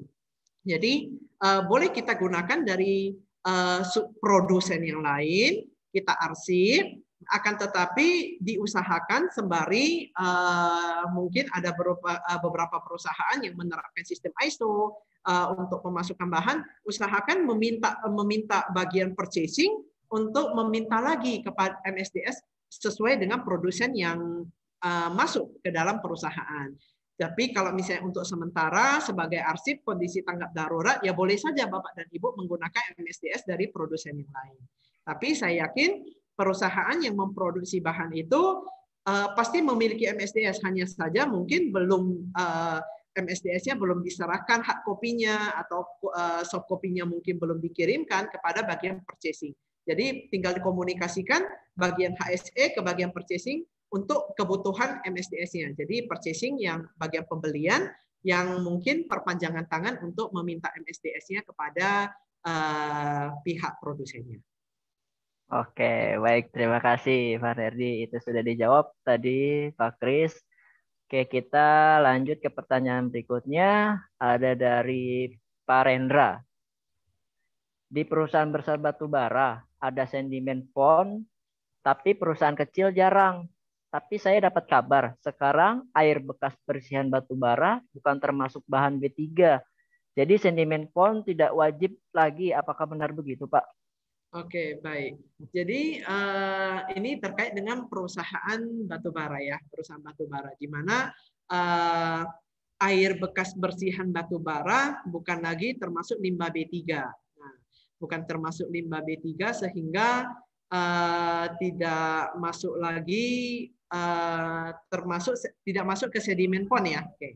Nah, tetapi alangkah baiknya tinggal Bapak dan Ibu di sini yang di perusahaan batubara ya memastikan kembali kepada permennya kalau misalnya memang air bersihan limbah batubara itu bukan termasuk limbah B3 yang mungkin tidak termasuk lagi tidak usah lagi masuk ke dalam sedimen pondnya. Akan tetapi ingat Bapak dan Ibu biasanya sebelum perusahaan itu sebelum masuk peraturan itu legal, maka alangkah baiknya Bapak dan Ibu tetap treatment seketat mungkin, tetap memasukkannya ke dalam sebagai limbah B3. Tetapi apabila sudah ada peraturan yang tertulis itu bukan termasuk limbah B3, baru mungkin Bapak dan Ibu tidak menggunakan tidak memasukkan limbah itu sebagai sedimen pond. Jadi saran saya, apabila Bapak dan Ibu masih ragu-ragu terhadap suatu peraturan, maka tetap mentreatment atau memperlakukan limbah itu seketat mungkin, tetap memasukkannya saja sebagai limbah B3. Nah, itu saran dari saya. Oke. Baik, terima kasih Pak Nerdi. Oke, baik untuk Bapak Ibu semua, nanti kita akan ada sesi ketiga, yaitu sesi bertanya langsung kepada narasumber kita. Jadi jangan kemana-mana, tetap stay di depan handphonenya atau PC-nya. Oke, kita lanjut ke pertanyaan berikutnya dari Pak Sinar Simbolan. Izin bertanya, untuk limbah yang dihasilkan usaha kecil seperti bengkel-bengkel yang banyak di pinggir jalan, apakah ada aturan yang mengharuskan mereka untuk membuang limbah sesuai aturan? Terima kasih. Oke, baik. Terima kasih. Ini pertanyaan yang sangat baik ya. Jadi ini yang paling sederhana adalah misalnya oli bekas ya. Yang paling sederhana oli bekas, di mana oli bekas itu di perusahaan sebagai limbah B3, di mana perusahaan harus mengeluarkan sejumlah dana untuk mengolah atau supaya limbah B3 itu istilahnya keluar dari perusahaan. Sedangkan kalau misalnya kita lihat kondisi di lapangan atau di masyarakat, limbah oli bekas itu mungkin jadi diperjualbelikan atau dimanfaatkan lagi ya, dimanfaatkan lagi. Nah, jadi kalau untuk usaha, untuk seperti perbengkelan ya, untuk perbengkelan, usaha-usaha, mungkin terkait dengan limbah oli itu dipersyaratkan juga Bapak dan Ibu sebenarnya. Hanya saja pengawasan dari pemerintah itu belum seketat pengawasan terhadap di industri. Tapi kalau dibilang persyaratan itu, ingat setiap pelaku usaha, namanya pelaku usaha, baik buka bengkel pun pelaku usaha. Setiap pelaku usaha juga wajib mentreatment limbahnya semaksimal mungkin. Mohon maaf lagi, jadinya seperti kita ambil contoh, misalnya rumah makan. Apakah rumah makan yang mungkin kalau kita lihat kondisi saat ini ada sebagian rumah makan, mungkin warung yang limbahnya itu mungkin langsung dibuang ke lingkungan. Tetapi kalau misalnya kita merujuk lagi bahasa pemerintah, di mana pelaku usaha harus memperlakukan treatment atau mentreatment limbahnya itu semaksimal mungkin, sedemikian rupa sehingga memenuhi peraturan. Nah, berarti kan di sana baik usahanya restoran, rumah makan, warung juga berarti harus memperlakukan limbahnya semaksimal mungkin. Nah, hanya saja mungkin karena kenapa mungkin masih dianggap sebelah mata ya karena mungkin belum ada pengawasan yang sangat ketat terhadap seperti usaha bengkel atau usaha warung makan sehingga masih cenderung mungkin menurut membuka warung itu kalau kita tanyakan kepada yang usaha buka warung, boleh nggak limbah ini langsung dibuang? Mungkin jawabannya boleh karena mungkin belum mengetahui peraturan tersebut dan mungkin belum pernah ada pengawas yang mungkin turun ke warung-warung untuk memeriksa limbah itu atau turun ke bengkel-bengkel. Tuh, betul. Oke, baik, terima kasih Pak Nerdi. Oke, kita lanjut ke pertanyaan berikutnya. Ini ada dari Pak Gaby Octavin Gultom. Izin bertanya, bagaimana langkah tanggap darurat yang harus dilakukan ketika trucking B3 terjadi kecelakaan dan terjadi tumpahan B3 di jalan raya, yang dimana jika terjadi kecelakaan cenderung langsung dikerumuni oleh banyak orang dan memicu kedatangan dari pihak polisi setempat. Terima kasih, Pak. Oke, baik. Terima kasih. Jadi pertanyaan Pak Gaby bagus. Jadi ini mungkin yang masih perbedaan mental ya, perbedaan mental yang ada di yang harapannya mungkin kaum intelek mungkin seperti Bapak dan Ibu yang mungkin lebih aktif, lebih mengikuti peraturan, lebih tahu untuk mengedukasi kepada teman-teman sekitar atau keluarga sekitar. Kenapa? Bahkan seharusnya kalau ada terjadi tumpahan atau kecelakaan, yang tadi, yang pertama, amankan. Harusnya kita mengamankan diri dulu, karena kita nggak tahu apa itu limbahnya, apa itu tumpahan bahannya, bahan kimianya. Seharusnya kita tidak berada di dekat daerah sana. Tetapi mungkin yang terjadi di daerah-daerah ketika ada suatu tumpahan, semua orang berbondong-bondong datang untuk melihatnya. Ini sangat terbalik ya. Harusnya kita yang tadi mengamankan diri, mengamankan rekan kerja, mengamankan lingkungan. Nah, siapa yang boleh hendak ke sana adalah bagian yang berwenang. Biasanya kalau di jalan raya ya pastinya ada polisi yang datang untuk mengamankan. Nah, harusnya polisi yang mengamankan daerah itu supaya tidak ada masyarakat datang mengerumuninya. Nah, jadi alangkah baik kalau contoh misalnya ada perusahaan di mana truknya itu terbalik atau ada tumpahan, maka mungkin bagian yang berwenang seperti bagian yang tanggap darurat, tim tanggap daruratnya TTD yang ada di perusahaan itu berkomunikasi dengan kepolisian supaya jangan masyarakat datang. Nah, kenapa? Jadi kita belum tahu tumpahannya itu apa. Jangan sampai masyarakat datang terdampak dari limbah tumpahan B3 ini, jadi semakin meluas ini dampaknya. Jadi alangkah baik tadi tim TDD-nya menghubungi pihak kepolisian supaya dilakukan pengamanan, diberi polis line atau diberi barikade dulu supaya tidak ada yang melintasinya. Oke, baik. Terima kasih Pak Nerdi. Sangat menarik ya untuk jawabannya. Lalu ada lagi nih Pak, pertanyaan dari Pak Eko Pangestu. Selamat siang, izin bertanya. Perbedaan formulir material safety datasheet atau MSDS dengan safety datasheet atau SDS, apa ya Pak perbedaannya? Oke, baik. Terima kasih pertanyaan dari Pak Eko.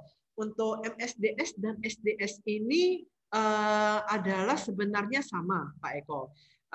Jadi ada sebagian, kalau misalnya kita download, ada sebagian perusahaan yang menyebutnya sebagai MSDS, ada yang sebagian menyebutnya sebagai SDS. Tetapi untuk poin-poin yang terkandung di dalamnya itu adalah sama, Pak. Itu jawaban dari saya. Oke, berarti sama ya Pak, nggak beda jauh. Iya. Oke, baik. Terima kasih Pak Nerdi. Kita lanjut lagi ke pertanyaan berikutnya. Ini masih banyak sekali nih pertanyaan-pertanyaannya nih. Oke, dari Pak Dedi Haryanto. Untuk pembuatan dan pemasangan simbol, apakah ada peraturan yang mengatur secara detail ukuran yang akan dipasang? Seperti itu, Pak. Oke. Yang maaf Pak, pertanyaannya apa? Izin. Dari Pak Dedi untuk pembuatan dan pemasangan simbol, apakah ada peraturan yang mengatur secara detail untuk ukuran yang akan dipasang? Seperti itu. Oke, baik. Jadi untuk pembuatan dan pemasangan simbol ini belum ada peraturan ya. Kalau misalnya terkait dengan ini simbol yang bagaimana? Kalau misalnya untuk seperti apa ya? Untuk simbol atau tanda, misalnya awas ada tumpahan B3 itu belum ada diatur mengenai ukurannya. Hanya saja itu inisiatif biasa dari perusahaan yang untuk membuatnya. Jadi ada yang membuatnya tadi seperti awas lantai basah. Jadi diberikan simbol seperti itu saja. Jadi belum ada peraturan sih yang mengatur secara detail ukurannya. Oke, jadi seperti itu. Siap. Terima kasih Pak Nerdi. Ya, baik, Pak. Oke, kita lanjut lagi. Ini ada dari masih Pak Eko nih, Pak Eko Pangestu. Ya. Selamat siang, izin bertanya, bagaimana teknik pemuatan yang benar terkait muatan campuran agar tidak terjadi gesekan antara produk yang dibawa selama proses pengiriman, Pak? Misalnya, muatan yang diangkut ada pil, drum, dan produk kemasan atau karton. Terima kasih. Jadi seperti itu, Pak. Oke, baik. Oke, baik. Terima kasih pertanyaan dari Pak Eko terkait dengan teknik untuk pemuatan ya, teknik untuk pemuatan bahan, pemuatan campuran. Jadi misalnya Pak Eko ada beberapa bahan ya. Ini dalam hal ini saya ambil misalnya bahan kimia berbahaya. Jadi misalnya ada yang bentuk drum, ada yang bentuk pile, kemudian ada yang bentuk kemasan karton. Jadi biasanya kalau kami yang di industri, kebetulan saya industri farma yang memang ada berhubungan dengan bahan kimia berbahaya, biasanya itu sudah ada dipisahkan per palet, Pak. Jadi di bawahnya itu ada palet, yang di atasnya ada beberapa drum, terus ada palet lain yang karton, ada palet lain yang pile, sehingga antara satu palet dengan palet lain, jadi bahannya itu diletakkan di tengah palet. Untuk yang drum, yang palet yang kedua bahannya juga diletakkan di tengah, sehingga tidak ada gesekan antara bahan di palet pertama dengan bahan di palet kedua. Jadi antara drum sudah tidak bergesek dengan karton, drum sudah tidak bergesek dengan pile. Nah, jadi bisa diakali seperti itu. Oke, baik. Terima kasih Pak Nerdi untuk tipsnya. Seperti itu Pak Eko untuk tipsnya. Oke, lalu kita selanjutnya dari pertanyaan Pak Wawan. Pak Wawan Gunawan. Izin bertanya Pak Nerdi, penanganan muntahan, darah, dan kotoran dari pasien yang terpapar riwayat sakit TB, medianya apakah memakai serbuk dan APD-nya terkait petugas bagaimana apakah cukup gaun apron atau hazmat? Terima kasih. Seperti itu, Pak. Baik. Terima kasih pertanyaan dari Pak Wawan. Untuk penanganan tumpahan ataupun muntahan darah ataupun ceceran darah atau kotoran pasien yang ada riwayat TB, berarti di sana ada dikhawatirkan ada namanya kontaminan, ada namanya bakteri yang di sana. Sehingga alangkah baiknya kalau misalnya muntahan itu berbentuk cairan, penanganannya kita lakukan sama, Pak Wawan. Jadi misalnya kita tetap melakukan itu seperti mengamankan daerah, amankan, kemudian kita bendung, kita sekat. Selanjutnya itu kita serap, kita gunakan penyerap yang sesuai. Jadi sangat tidak dianjurkan kita menggunakan kain, yang kainnya nanti dicuci kembali. Jadi alangkah baik kita menggunakan yang disposable, seperti tadi penyerap yang kita serap, sesudah kita serap, kita pakai, kita buang. Jadi tetap pengamanannya sama. Jadi kalau untuk penanganannya menggunakan gaun apron atau hazmat,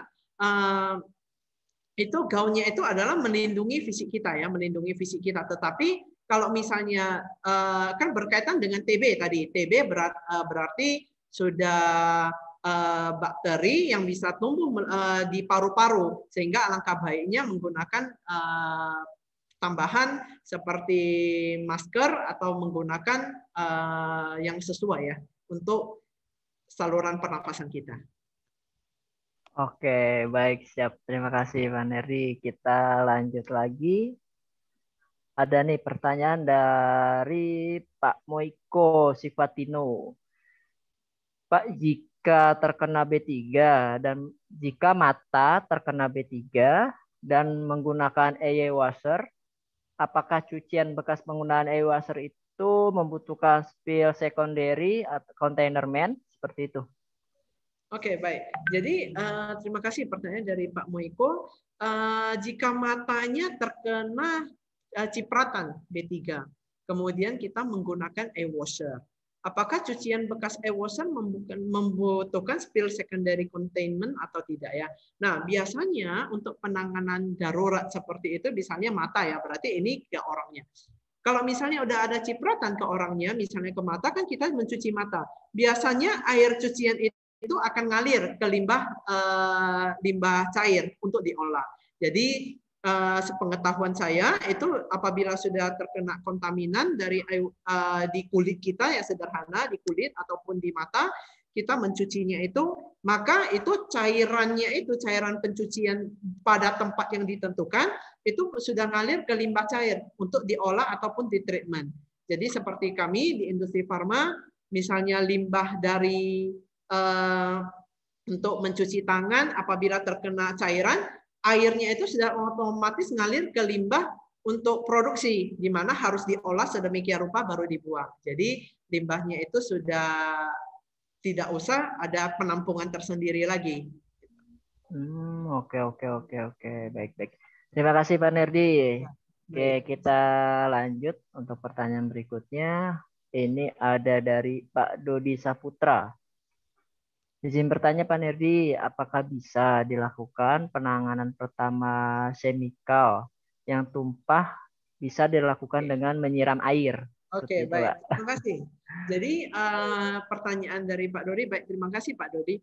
Baik, untuk apabila ada tumpahan cairan kimia, alangkah baiknya jangan disiram dengan air. Kenapa? Ketika Bapak dan Ibu menyiramnya dengan air, berarti Bapak dan Ibu memperluas daerah tumpahannya. Nah, sehingga ingat yang pertama kita bendung dulu. Nah, kalau udah kita bendung, kita netralisasi di tengah bendungannya. Jangan langsung disiram dengan air. Kalau disiram dengan air, berarti kerjaan Bapak dan Ibu itu semakin banyak karena semakin luas. Jadi sudah kita bendung, baru kita menetralkan bagian tengahnya. Nah, kalau misalnya asam, kita netralkan dengan basa. Kalau basa, kita netralkan dengan asam. Jadi jangan langsung disiram dengan air. Karena itu kalau disiram dengan air, berarti airnya dibuang kemana? Airnya jadinya dibuang ke lingkungan. Sedangkan kalau kita mengikuti, harusnya itu udah kita bendung, kita serap, itu masuknya hasil semuanya, bendungan dan serapan itu masuk sebagai 5B3. Nah. Oke, jadi tidak boleh Pak jika bahan kimia langsung disiram dengan air mengalir. Iya, benar. Oke, baik. Terima kasih Pak Nerdi. Oke, kita lanjut.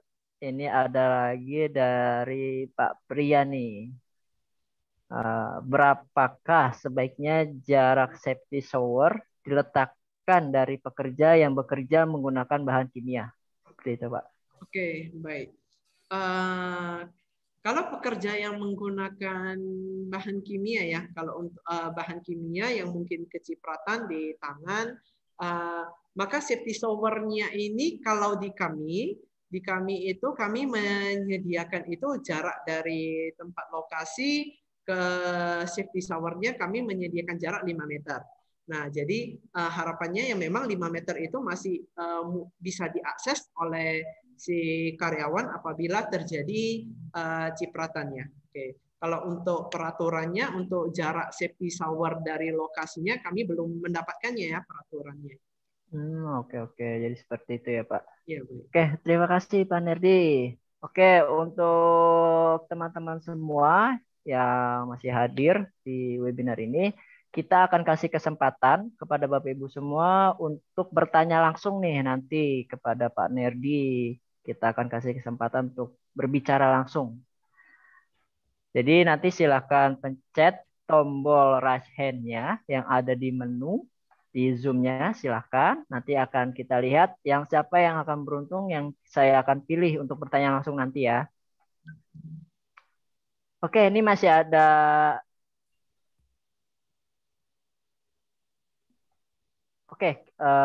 satu lagi mungkin ya Pak pertanyaannya nih yang masuk dari Pak Andre Oktarian. Selamat siang Pak Nerdi, perkenalkan saya Andre Oktarian. Apakah ada batasan maksimum tumpukan bahan kimia di dirigen plastik volume 25 liter di gudang kimia untuk menghindari kebocoran? Terima kasih Pak. Oke, baik.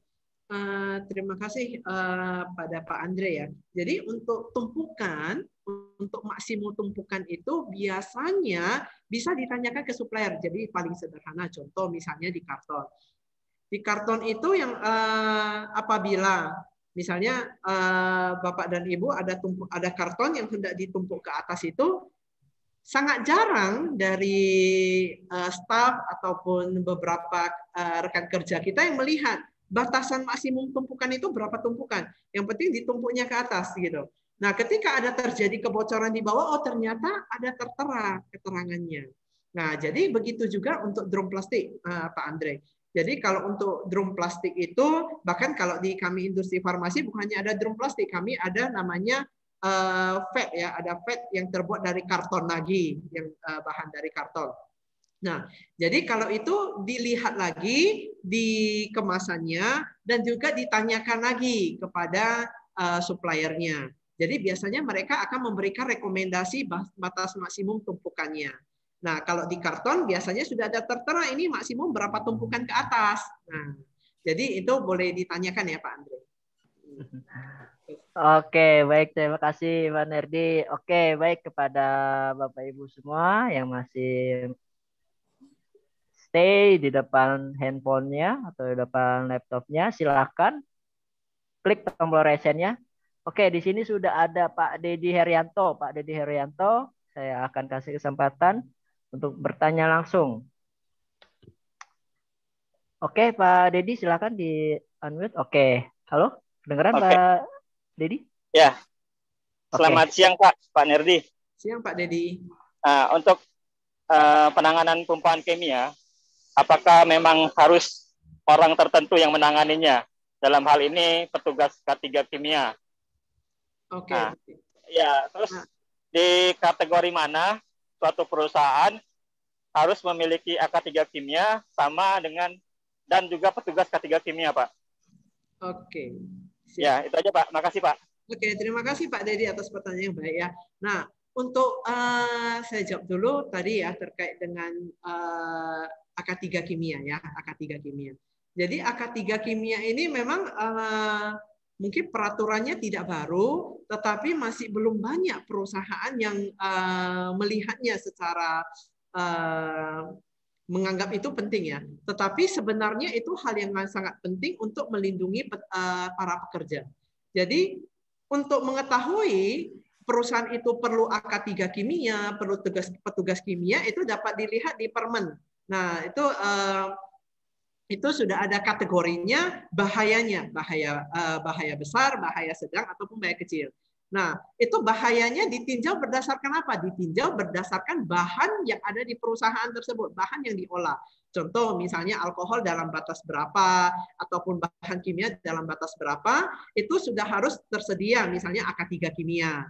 Nah, kemudian berapa orang petugas menunjangnya, petugas kimianya, itu sudah ada di peraturan. Terus kemudian sebagai contoh industri farmasi. Industri farmasi kami harus memiliki ahli K3 kimia. Kenapa kami harus memiliki? Karena kami melihat peraturan. Ternyata di peraturan kami menggunakan alkohol, di mana batasannya itu kami dalam per hari ini sekian liter. Berarti sudah melebihi ambang batas yang ditetapkan oleh pemerintah. Berarti sudah harus memiliki ahli K3 kimia. Nah, hanya saja memang tadi mungkin ada sempat saya diskusi dengan Pak Denny yang memang mungkin sangat belum banyak peminat yang melihat hal ini terlalu penting ya. Tetapi kembali saya mungkin ingatkan kepada teman-teman itu sangat penting karena terkait untuk melindungi para pekerja. Jadi ketika ada ahli K3 kimia, ada petugas K3 kimia, ini akan melihat dan juga akan memantau setiap bahan yang masuk ke industrinya itu sehingga akan care terhadap bahan tersebut. Nah, kemudian ada pertanyaan dari ini Pak, di pasal 17 ya. Iya benar Pak. Kalau potensi bahaya menengah, petugas K3-nya 1 orang dipekerjakan dengan menggunakan shift kurang-kurangnya 3 orang. Nah, itu ya. Jadi ada pembagian shift atau non-shift itu akan berbeda petugas K3 kimianya. Lalu untuk yang ahli K3 kimianya ya di sini ini tadi apa petugas K3 kimia ya. Oke, yang di sini nih. Nah, untuk potensi bahaya besar, petugas K3 kimianya 2 orang. Kalau dia non-shift, kalau dia shift 5 orang. Lalu ahli K3 kimianya 1 orang. Jadi ini adalah potensi bahaya besar ya. Tapi kalau jadi kalau dia potensi bahaya menengah, petugas K3 kimianya 1 orang untuk non-shift, kalau dia lebih dari 1 shift itu 3 orang untuk petugas K3 kimianya. Jadi kalau dia potensi bahayanya menengah itu tidak diwajibkan ada ahli K3 kimia. Ahli K3 kimia diwajibkan hanya untuk potensi bahaya besar. Nah, benar kata Pak Nerdi tadi, potensi bahaya besar ditentukan dari nilai ambang kuantitas dari bahan kimia yang digunakan oleh Bapak Ibu semua di perusahaannya. Oke, seperti itu Pak, ada tambahan.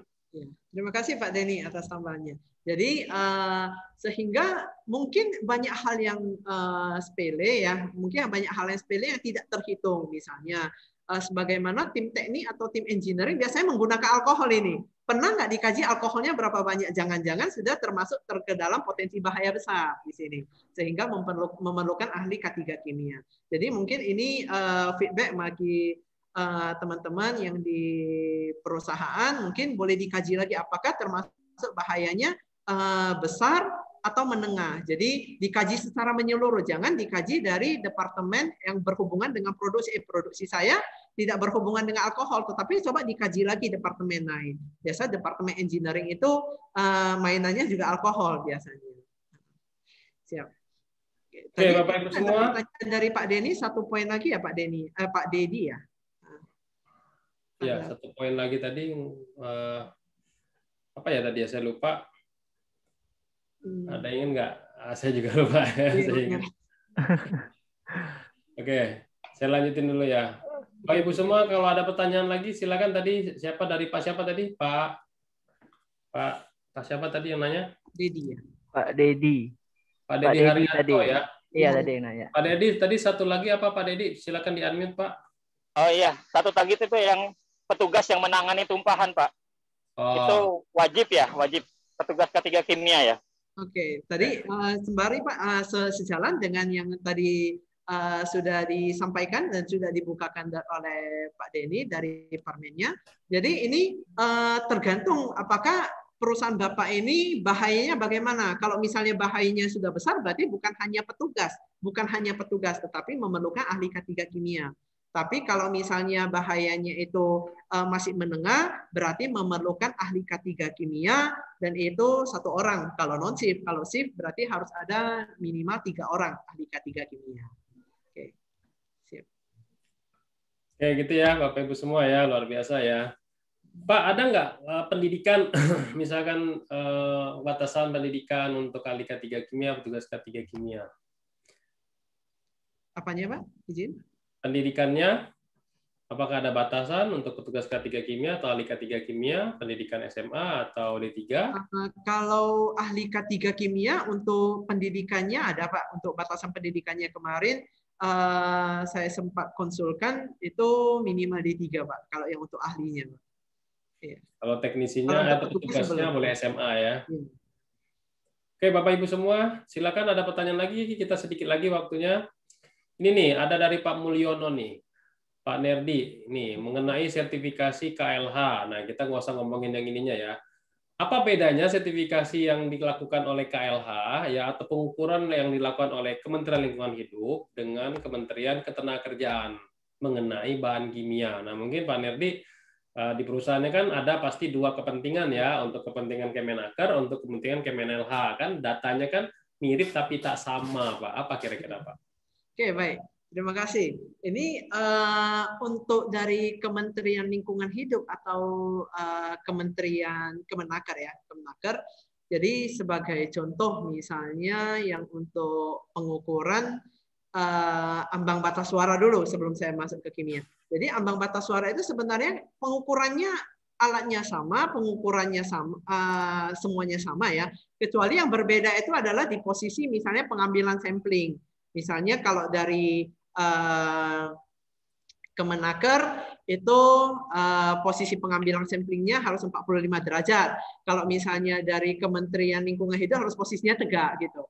Jadi itu berbeda di posisi pengambilan sampling. Nah, kalau untuk di bahan kimia yang B3 untuk sejauh ini dari Kemenaker dan juga KLH tidak ada perbedaan. Jadi masih Kemenaker merujuk kepada yang punya KLH.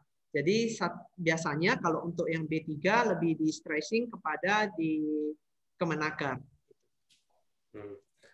Terus berapa lama Pak maksimum kita bisa boleh menimbun bahan kimia yang bekas, oli bekas? Jadi kalau benar, tadi yang ada pertanyaan dari sama ya Pak ya kayaknya ya Pak untuk Andre, ya.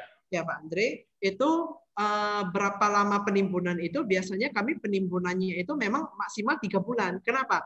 Nah, ini bukan sebenarnya kalau mau istilahnya penimbunan itu kenapa maksimal 3 bulan? Karena setiap 3 bulan kita juga harus melapor lagi kepada Kementerian Lingkungan Hidup. Jadi biasanya setiap 3 bulan, setiap kita biasanya bulan misalnya Januari, Februari, Maret, udah kita timbun kan hasil penimbunan kita lapor. Nah kan sangat tidak elok kalau misalnya kita timbun lagi sampai bulan Juni ya, 6 bulan lagi kita timbun lagi. Jadi bertambah timbunan limbah B3. Sehingga biasa setiap 3 bulan, setiap 90 hari atau 3 bulan kita laporkan ke Kemen-LH, KLHK, kemudian limbah yang ada di B3 itu kita serahkan kepada third party ya atau pihak ketiga untuk dilakukan pengolahan sesuai dengan kapasitas dari pihak ketiga. Nah, berarti 3 bulan berikutnya yang April, Mei, dan Juni nanti kita timbun, kita laporkan kepada KLHK dan juga kita sembari kita lakukan pemusnahan ya ataupun kepada pihak ketiganya. Oke, yang pasti ketika memilih pihak ketiga untuk pengangkutan, berarti kita harus melakukan yang namanya seleksi vendor dulu, Pak ya. Mengenai izin kerjanya, mengenai truk tempat tangki penyimpanannya, pengangkutannya, ada nggak izin dari Kemenaker, izin dari Kemen-LH, kan gitu, Pak ya. Terus ketika kita menyerahkan ada manifestnya ya. Betul. Karena tidak ada sejauh ini tidak ada yang satu pihak ketiga yang bisa mengolah semua limbah, tidak ada. Jadi harus sesuai dengan limbah Bapak dan Ibu, misalnya terkait dengan oli, terkait dengan misalnya kami ada botol, botol-botol bekas, itu vendornya saja sudah berbeda di kami. Oke, Bapak Ibu semua, kita sudah di penghujung acara, sudah hampir mendekati pukul 3 atau 15. Silakan Mas Adit dibacakan untuk session closing-nya.